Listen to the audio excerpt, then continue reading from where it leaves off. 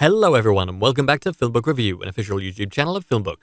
Featured in Google News, IMDb's news desk, and a member of the Critics' Choice Association, FilmBook is an entertainment industry news website that reports on the film and television show industries of the United States and across the world. Today on FilmBook Review, I will be reviewing the 2022 film Whitney Houston, I Wanna Dance With Somebody.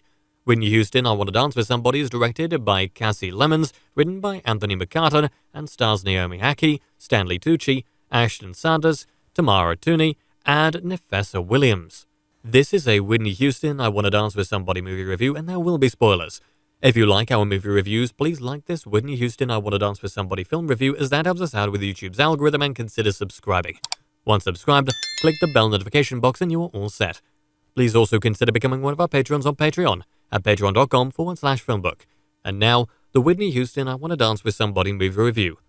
Naomi Ackie stars as Whitney Houston in the very serviceable biopic directed by Cassie Lemons. Whitney Houston, I Wanna Dance With Somebody. While Whitney Houston fans won't find out much they didn't already know about the superstar, the movie is highly energetic with music that will have audiences entertained and possibly clapping throughout the amazingly done singing sequences. Ackie creates Houston as a woman who loved to perform until her music became more of a business as the musical artist and her family turned into a brand. Akkie's performance conveys Houston's love for her craft and is full of passionate charisma, and this makes the movie worthwhile as a result. We meet Whitney Houston in New Jersey as the film opens with her singing under the guidance of her overbearing mom, Sissy. Whitney meets the charismatic Robin Crawford and forms a strong bond with her that one could definitely classify as romantic in nature. It is, however, the record producer at Arista Records, Clive Davis, who gives Whitney the chance to make it big in the music biz. Clive sees Whitney perform and believes he has found the superstar he was always looking to represent. Clark Peters serves as John Houston, Whitney's dad, who became in charge of her finances and spent money frivolously. He tells Whitney at one point to keep singing and he'll take care of all the money matters. However, Whitney's fortune was mishandled by John, which was a significant problem for her. John is also troubled by his daughter's relationship with Robin and suggests to these two young women that they should find young men to hang out with in a heartbreaking scene. When Whitney meets the bad boy Bobby Brown, her life will be forever altered. Bobby is trouble from the beginning. When he proposes to Whitney, he tells her he got another woman pregnant, but that he is madly in love with Miss Houston.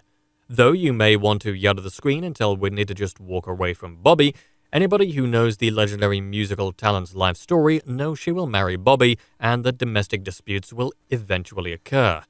The best scene of Whitney Houston, I Wanna Dance With Somebody, revolves around her wonderful song from the 1992 movie The Bodyguard, I Will Always Love You. The most rousing segment of the film shows an extended sequence using the song, which covers a lot of territory all the way up to the moment when Whitney ultimately married Bobby Brown.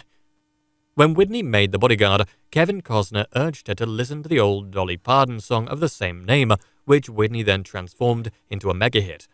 All the music in Cassie Lemons' film is top-notch thanks to the amazing quality of Whitney's incredible talents. One particularly noteworthy scene comes when Houston sings the national anthem at the Super Bowl.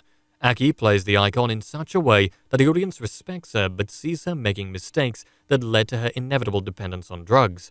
Some of these scenes between Ackie and Sanders are impeccably done, and we can kind of understand why this legendary woman gave into the charms of the, at times, very abusive Bobby Brown, who was her partner for better or worse.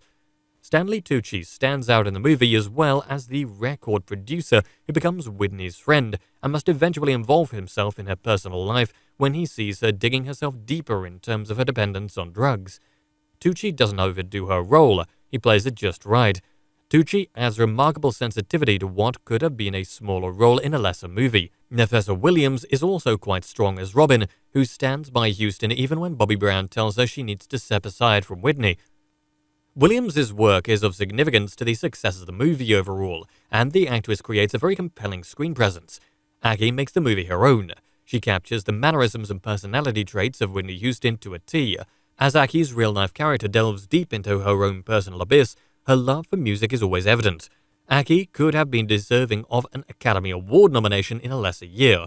I wouldn't be surprised, however, if she's an audience favorite this year for Best Actress. It's a grand performance that will have the audience rooting for Houston as she makes mistakes later in the movie that we know cannot be undone.